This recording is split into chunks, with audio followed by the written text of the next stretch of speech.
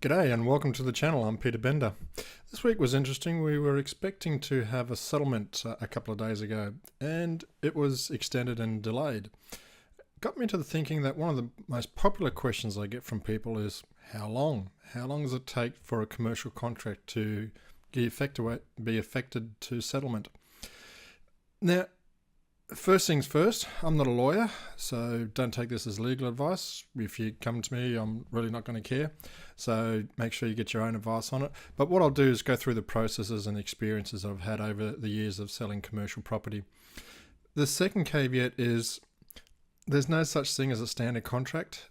Size is a big element. If it's a small business, let's say $250,000, it'll be more simpler in theory than a business that may be worth $1 million, which may be a lot simpler than a business that's worth $10 million or more. Also, commercial property tends to be simpler than businesses, but then you've got things like how many tenants you got involved, leases involved, zonings, development applications and the likes of that. However, the steps for most of these contracts are the same. It's only the periods and maybe the complexities required that make things different. If you look at the very first step of a contract, you'd actually look at before the contract, and this is more for my sellers at this particular point in time. The first thing that happens is you list your business or you list your property. That can generally take about a week. I will usually come and visit a client and have a look at the property, have a look at the business, get to understand what they've got. I'll take photos, I'll take videos, I'll organise a draft in regards to marketing proposals, give them some pricing in regards to expenses, all those sort of type areas. Usually takes about a week, get the paperwork off to them. There's usually a 6-page form in Queensland that sellers will actually list with, which is a legal contract between me and the seller. From there, we will get some drafting and get some advertising onto the internet, onto my webpage. We'll have a look at doing a YouTube video. We'll have a look at Facebook advertising. I do a lot of my work on the social media space because a lot of my clients are in the 35 to 50 bracket, which is a heavy social media environment. But we also make sure we've got capabilities to reach out through the normal channels, such as mail out lists. All that gets involved into the whole package. You will usually find it takes about 2 weeks for the marketing to start generating some serious interest. So how long does it take to actually get some interest? I generally find one or two things. You will find you will get a fair few calls in the first 2 weeks. Now, these are people who are actively looking for what you may be selling. If I used an example as a laundromat, I had calls coming in from a couple of hours after I put those first ads out because they are hot ticket items. Everybody wants a laundromat. If you look at a heavy industrial business, I put an ad out a while ago, probably about 6 months ago for one of my clients, and we haven't had any inquiry. I put another ad out last week and we got 3 inquiries in 2 days. So it can show a little bit of difference in there. Once you get past that initial screening of people who are actively looking on their websites that have alerts coming up on it, it then gets to the stage where it's the hard work from the agent to get the marketing. They'll send it out to prospective clients that they've got. But it will generally take 6 to 8 months before you get to the stage of having some serious viewing and some serious actions. So I think somewhere between 2 weeks if you're really good and you've got something that's a hot property everybody wants, to 6 to 8 weeks if it's something that's going to take a bit of work and a bit of effort to move for you. Inspections are an interesting concept. After you've done some advertising, and we'll have like a confidentiality agreement signed for some of our clients. We will have a fair few phone discussions, and we call the concept of qualifying in sales. I don't do a lot of inspections for my businesses and my buildings, essentially because I'm looking for 3 things from a prospective buyer. They need to have the budget. They need to have the cash available, or at least have spoken to their financier to make sure that they can afford the purchase that they've got. Too many people go on inspections with not even talking to their bank. Oh, we'll just get finance. You have no idea how hard it is to get finance. So essentially, I don't even do inspections now unless people have had a discussion with their financier and been given a budget to go and work with. You'd be surprised. I'm talking like 85% of people are blown out of the water because they do not get the finance, even when they've been working with that bank or that financier for a long time. And unfortunately, a lot of mortgage brokers make it seem a lot simpler than it is because they have a vested interest in getting the finance, so they don't always tell the honest truth in regards to how hard it is to get finance and what's going to be required. So finance is one of the key elements. So that's why I make sure that my buyers have already got to that stage. Other things I look at is for inspections before you get it done is you need to have the authority. I'm not interested in people who are wanting to look at a property on behalf of somebody else. Happy to help you, but have your principal with you. So if it's a father looking for a daughter's property, which I've had before, happy to show you both around. You'll get respect from me, but we're not going to do multiple visits to screen things out. You've got enough information to know whether it's going to be viable for you or not. Time is another thing. People have come up, thinking once upon a time that I might have a look at perhaps buying a coffee shop sometime next year. That's great. Call me back next year when you're ready to come up here, moved, you made those commitments, got your finance organised. So these are the things that mean you don't get a lot of inspections. Inspections will generally be organised between a week, 3 days to a week, depending if the buyer is remote or not. Sometimes the inspection may be by video. I'm doing one later next week with a caravan park I have in Longreach, which is about 3 days drive west. So it's very much going to be a video option through there. After you've done the inspections, let's say magic happens and you get to the stage of someone wanting your property.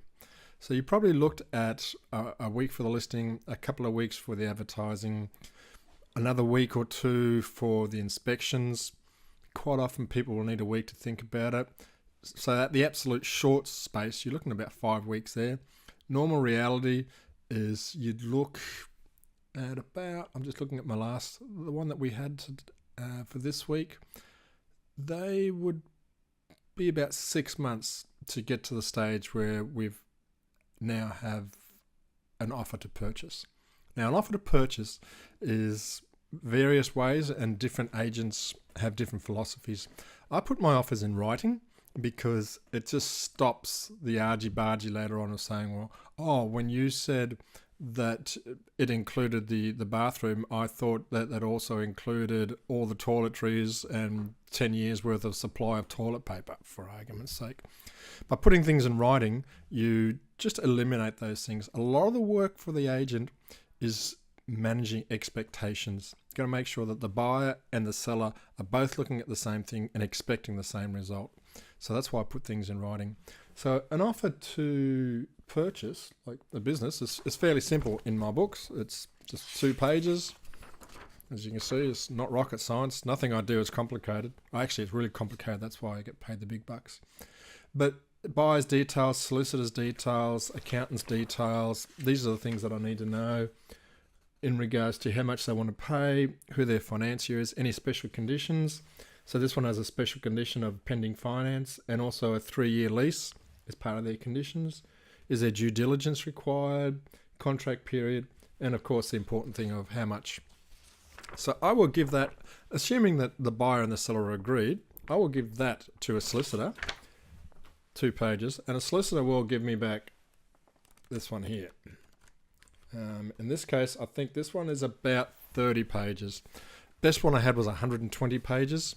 So it's difficult. It's challenging. A lot of it's mumbo jumbo, for want of a better word, but it's the way that solicitors protect their clients to make sure it works.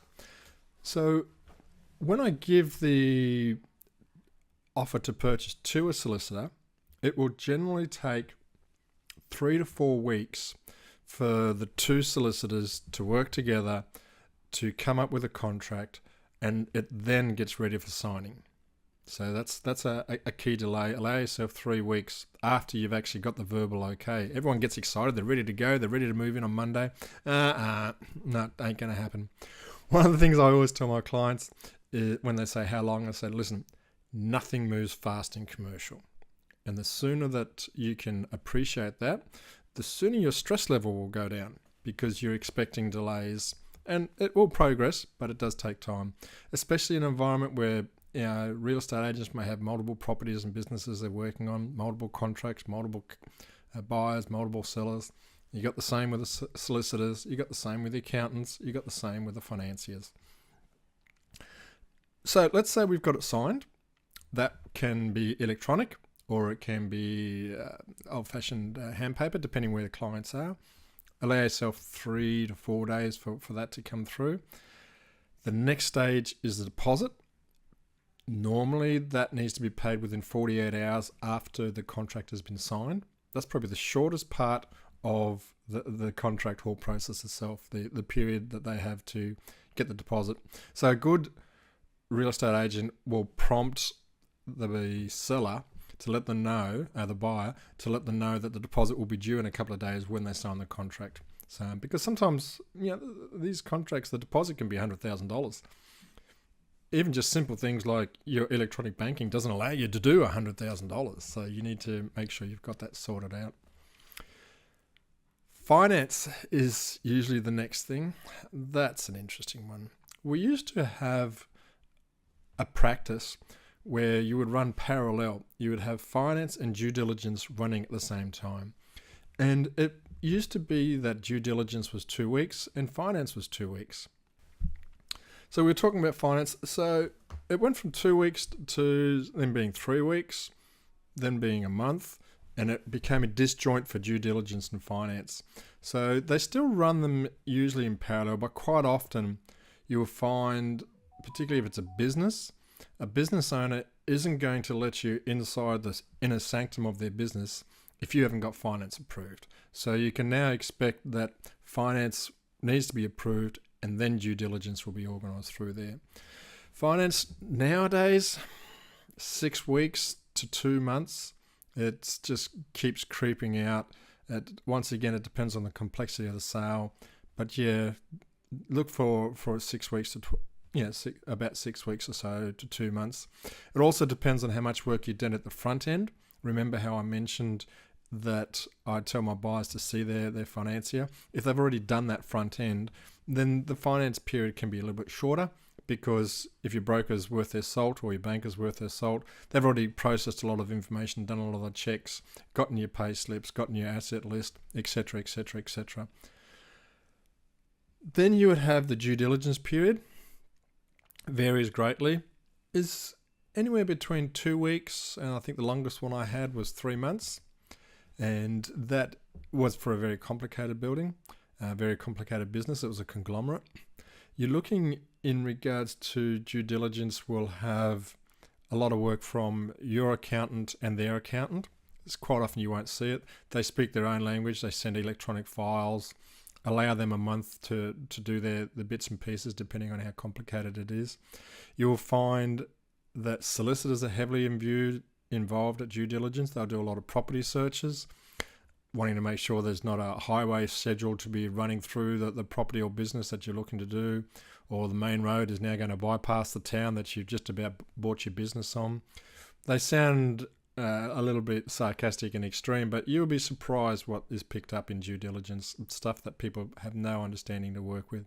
And usually due diligence, most buyers don't get involved a lot in it because it's not something that they're used to. They may have a couple of questions and they may want to see a few things, like particularly with stock or processes and things like that, or talk with staff to make sure that they'll still hang around. But for a buyer, due diligence usually is fairly settled. It's done by their support team. Once you've finished due diligence, we have this magic period. The magic period called when the contract goes unconditional. Now, the old folklore of a contract being unconditional is that people believe that we're done. We just have to wait. Unconditional, so things that can make an unconditional contract, usually you'll find 3 weeks, and the solicitors will use that period to finish off everything that they need to do. But it can also be dependent on various factors. People moving is a factor. I've had clients that have moved from interstate to come up and take over a property or take over a business. So their due diligence period is finished. Their unconditional period is a bit longer than normal because they have to factor in, relocating and selling their own houses. Similar to a little bit to residential. Sometimes you'll find people will not move into a new property until they've sold their own current property. Once it's unconditional, they also find that that's when the leases are done. And sometimes leases will be done a little bit earlier. So if you're taking over a lease or whether you're going to get a new lease, these are factors that need to be put into it. Depending on the landlord, if it's a private individual, you can probably get a lease done in a month to 6 weeks.